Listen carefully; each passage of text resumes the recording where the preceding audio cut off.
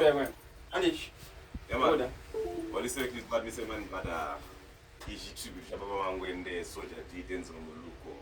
Alright, big man as last. It's a big man as last. We say music is a level of communication.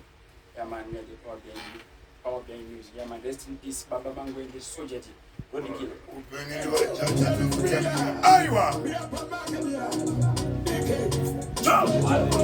Magatiani moyo wangu uniunda socha titakamsia kumarida chibarubaruba kudanguka sechinda kwa waenda mungi wangu famba shaka na kamwea wangu sura murukari kaisha ifire ndacha yaru nari macho mangana wangu ni hofu kudana yeye kwenda marugaro sagana kazi ya ndatiba kwa chitiba msia bambe ati murungu asangudo kete tebura kwenda moza barara kwenda chiwa kusia deka chibarubaruba chipna magwele tira yishele mariwe kudenga ndosi upeyu irwendo sese tichezo sangana kudenga upeyu irwendo sese tichezo sangana kudenga mariwe kudenga ndiyanotunga upeyu wedu ano ndimimorunga unoditsora patopenda chimutambira owezo shezi kudenga kwa muri pasipalo akuna pasi chikare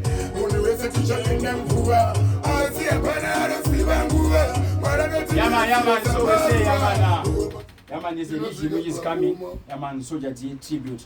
Yaman, which is being done by Makadian. Munzwi wedenga.